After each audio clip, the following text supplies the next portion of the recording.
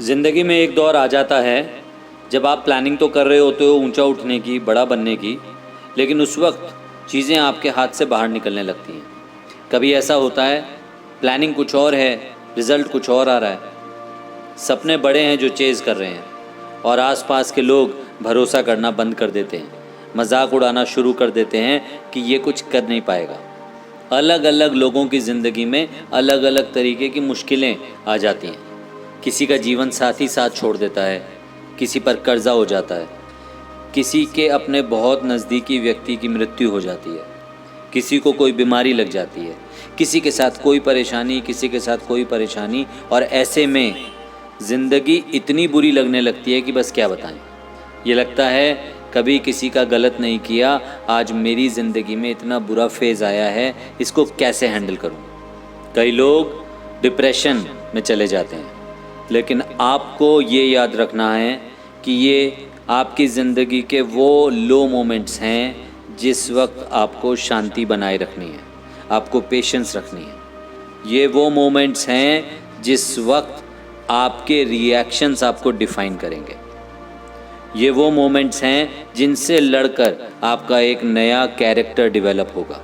तो हारना बिल्कुल नहीं है।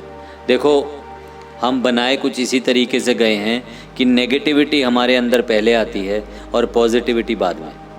गिव अप करने का ख्याल पहले आता है, लड़ने का बाद में। रोने का मन पहले करता है, हंसने का, मुस्कुराने का बाद में।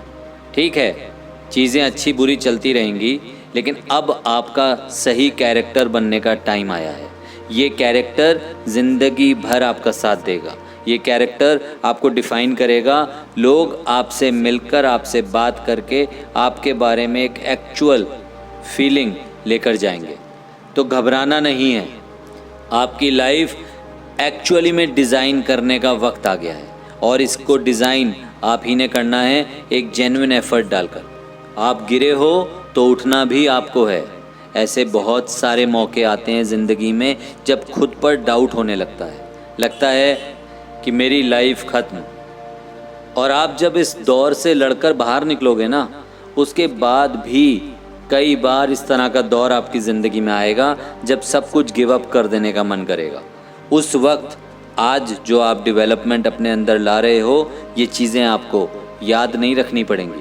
ये ऑटोमेटिकली आपका कैरेक्टर बन जाएंगी, आपका नेचर बन जाएंगी और अगली बार इस तरह के हालात हैंडल करना आपके लिए बहुत आसान हो जाएगा। तो अब करना क्या है, इस बारे में बात करते हैं। आप सबसे पहले एक कॉपी पेन लो और उसमें लिखो कि ऐसे 5-7 कारण क्या हैं जिसकी वजह से आपको अपने सपनों तक ज़रूर पहुंचना चाहिए। आप डिज़र्व करते हो वहां तक जाना। उन कारणों को लिख डालो। आपकी कितनी बेइज्जती हुई, आपने कितना रुपया खोया, आपके बारे में लोगों ने क्या क्या बोला, इन सब बातों को साइड रखो। अपना फोकस अपने काम पर लगाओ। अपने काम को सीखते जाओ, प्रैक्टिस करते जाओ, उसमें एक्सपर्ट बनते जाओ। इतने खतरनाक बन जाओ अपने काम में कि बड़ी से बड़ी प्रॉब्लम आपकी इंडस्ट्री की आप अपने हाथ से हैंडल कर सको। आज नाकामयाब हो चुके, लेकिन यहाँ से आपको 2 साल 3 साल जितना भी टाइम लगे उतने दिन तक निरंतर मेहनत करनी है। अपनी एक लाइफ क्रिएट करनी है, गिव अप नहीं करना है। और जैसे जैसे काम करते जाओ, अपने जैसे मेहनती लोगों की एक टीम डेवलप करनी है ताकि आपका काम मल्टीप्लाई हो जाए, आपकी सक्सेस और ज़्यादा बड़ी हो जाए। ज़मीन पर गिर गए, ज़ीरो पर आ गए, माइनस में चले गए, इस बात को एक्सेप्ट कर लो। जितनी जल्दी एक्सेप्ट कर लोगे उतनी जल्दी आपका अपनी लाइफ को बनाने की तरफ फोकस लौट कर आएगा।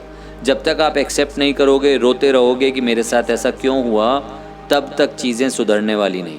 जो होना था वो हो चुका। अब आपको प्लस की तरफ जाना है, तो अपनी लाइफ को मेहनत करने के लिए तैयार करो। हार को एक्सेप्ट कर लिया, दिन रात एक करके मेहनत करी, और उसके बाद जब आप एक अच्छी लाइफ बनाने के लिए चीज़ों को बुनना शुरू करोगे, रिजल्ट्स आपको मिलने लगेंगे। वैसे ही आपका काम बड़ा होता चला जाएगा, और जिसका काम बड़ा वो आदमी बड़ा। ये बात ध्यान रखो। गिव अप नहीं करना है, अपने काम को बड़ा करना है।